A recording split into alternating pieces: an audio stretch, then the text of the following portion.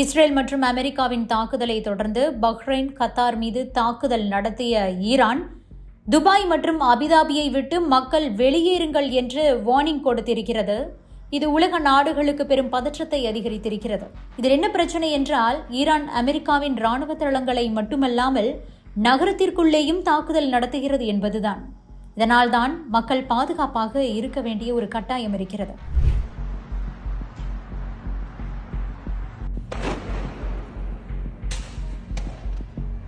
குறிப்பாக ஏன் Iran துபாயை target செய்கிறது? அங்கு தற்போது நிலைமை எப்படி இருக்கிறது? துபாய், கத்தார், பஹ்ரைன் உள்ளிட்ட நாடுகளில் வசிக்கும் இந்தியர்கள் என்ன செய்ய வேண்டும்? இந்த பதிவில் விரிவாக பார்க்கலாம்.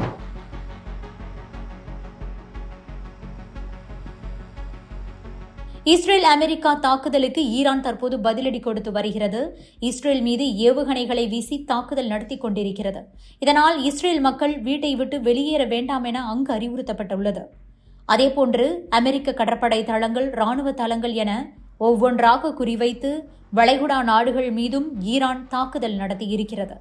பஹ்ரைன், கத்தார், குவைத், ஐக்கிய அரபு எமிரேட்ஸ் மற்றும் சவுதி அரேபியாவில் ஏவுகணை தாக்குதல் நடத்தப்பட்டிருக்கிறது. குறிப்பாக இந்த தாக்குதலில் துபாய் தான் முக்கிய டார்கெட். ஐக்கிய அரபு அமீரகத்தில் ஈரான் நடத்திய தாக்குதலில் ஒருவர் உயிரிழந்திருக்கிறார். துபாய் மற்றும் அபுதாபி மக்கள் உடனடியாக வெளியேற வேண்டும் என்று ஈரான் எச்சரித்திருப்பது இன்னும் பயத்தை ஏற்படுத்தியிருக்கிறது.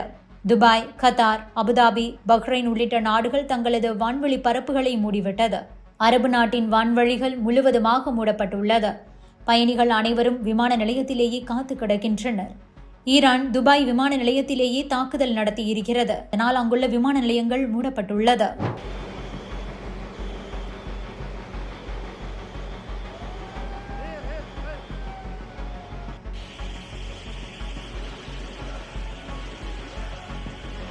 துபாயின் அபுதாபி சயீத் சர்வதேச விமான நிலையத்தின் மீது ட்ரோன் தாக்குதல் நடத்தப்பட்டதில் ஆசிய நாட்டைச் சேர்ந்த ஒருவர் கொல்லப்பட்டிருக்கிறார். பலர் காயமடைந்துள்ளனர்.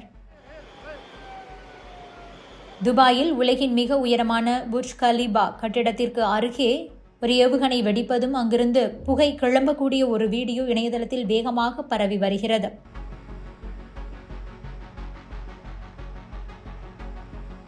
ஈரானுக்கு சொந்தமான சிறிய ரக ஏவுகணை அல்லது ட்ரோன் இந்த தாக்குதலுக்கு காரணமாக இருக்கலாம் என தெரிகிறது.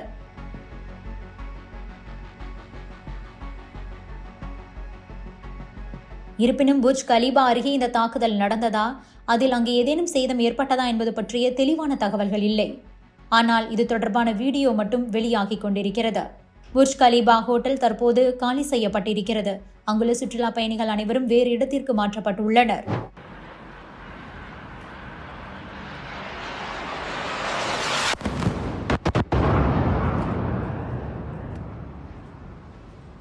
துபாயில் உள்ள ஃபேர்மண்ட் தி பாம் ஹோட்டல் ஏவுகணை தாக்குதல் காரணமாக ஏற்பட்ட தீ விபத்தால் அடர்ந்த புகை மண்டலமாக காட்சியளிக்கிறது.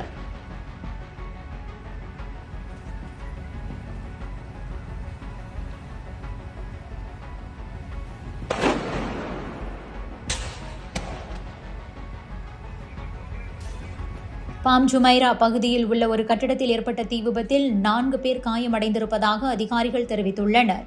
துபாய் சர்வதேச விமான நிலையத்தில் சேதங்கள் ஏற்பட்டிருக்கிறது. துபாயில் பல இடங்களில் குறிவைத்து ஈரான் ஏவுகணை மற்றும் ட்ரோன் தாக்குதல் நடத்தியிருக்கிறது. Palm hotel, Dubai international airport, Burj Al Arab, Jebel Ali board ஆகிய இடங்களிலெல்லாம் தாக்குதல் நடத்தப்பட்டிருக்கிறது. இந்த தாக்குதல் பல இடங்களில் சிறிய காயங்களையும் சிறிய சேதங்களையும் தான் ஏற்படுத்தியிருக்கிறது. பெரும்பாலான இடங்களில் வானிலேயே ட்ரோன்கள் மற்றும் ஏவுகணைகள் இடைமறித்து அழிக்கப்பட்டிருப்பதாக ஐக்கிய அரபு எமிரேட்ஸ் பாதுகாப்புத்துறை அமைச்சகம் தெரிவித்துள்ளது. துபாய் ஏன் குறிவைக்கப்படுகிறது என்றால், சர்வதேச அளவில் ஒரு முக்கியமான வர்த்தக சாம்ராஜ்யமாக துபாய் விளங்கிக் கொண்டிருக்கிறது. செல்வ வளம் மிக்க ஒரு நகரம். மேற்குலக நாடுகளுக்கு போட்டியாக உள்ளது. சுற்றுலா, தொழில், வர்த்தகம், ரியல் எஸ்டேட் என பல்வேறு துறைகளில் துபாய் முன்னிலையில் இருக்கிறது. உலகின் பல நாடுகளை சேர்ந்தவர்களும் அங்கு கூட்டம் கூட்டமாக வசிக்கிறார்கள். உலகின் மிகப்பெரிய நிறுவனங்கள் அனைத்துமே துபாயில் அலுவலகங்களை வைத்துள்ளன. அந்த அளவிற்கு பெருமைகளை கொண்ட ஒரு நகரமாக துபாய் இருப்பதால் அந்த இடத்தை தாக்கினால் அமெரிக்கா மற்றும் இஸ்ரேலுக்கு சர்வதேச அளவில் அழுத்தம் அதிகரிக்கும். அந்த அழுத்தத்தை அதிகரிப்பதற்காகவே ஈரான் அங்கு தாக்குதல் நடத்தி கொண்டிருக்கிறது. துபாயில் தாக்குதல் நடத்தப்பட்டால் மற்ற உலக நாடுகளை சேர்ந்தவர்களும் இது பற்றி பேசுவார்கள். அவர்களுக்கும் நீதி கேட்பார்கள். இதனால்தான் அங்கு டார்கெட் செய்திருக்கிறது ஈரான். துபாயில் வசிக்கக்கூடிய 40 லட்சம் பேரில் 92% பேர் வெளிநாட்டினர்தான்.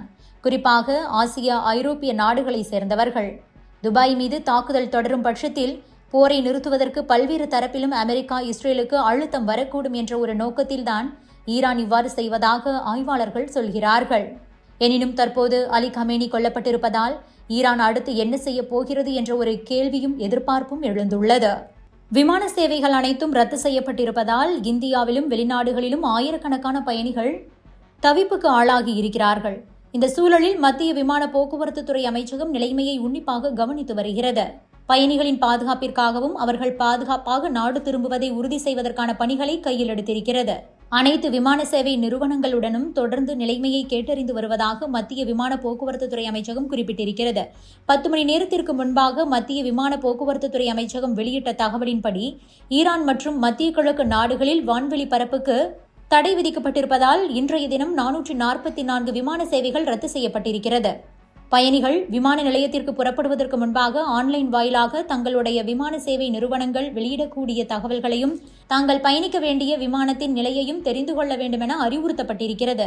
பயணிகளுக்கு தேவையான அனைத்து உதவிகளும் தூதரகம் மூலமாக வழங்கப்படுகிறது. மத்திய அரசு வெளிநாடுகளில் உள்ள இந்தியர்களின் பாதுகாப்பு கருதி பயணங்களை தவிர்க்க அறிவுறுத்தியிருக்கிறது. அந்தந்த நாடுகளில் வசிக்கக்கூடிய இந்தியர்கள் அச்சம் கொள்ளாமல் முடிந்தவரை வீட்டிலேயே இருப்பது பாதுகாப்பானது. அதேபோல இந்திய தூதரகம் வெளியிட்டிருக்கக்கூடிய தகவல்களை தொடர்ந்து பின்தொடர வேண்டும் எனவும் அறிவுறுத்தியிருக்கிறது மத்திய அரசு. அனைவரும் வீட்டிலேயே இருக்க வேண்டும், தேவையில்லாமல் வெளியே செல்வதை தவிர்க்க வேண்டும். இது கூடுதல் பாதுகாப்பை தரும். தமிழக அரசும் வெளிநாடுகளில் உள்ள தமிழர்களின் நிலைமையை கவனித்து வருகிறது. தமிழர்கள் தங்களுக்கு அவசர உதவி தேவைப்படும் போது புதுடெல்லி கட்டுப்பாட்டு அறையின் உதவி எண்களை தொடர்பு கொள்ளலாம் மற்றும் அயலக தமிழர் நலத்துறையின் உதவி எண்கள் கொடுக்கப்பட்டிருக்கிறது. இவற்றை தொடர்பு கொள்ளலாம் என அறிவுறுத்தப்பட்டுள்ளது. Subscribe to One India and never miss an update.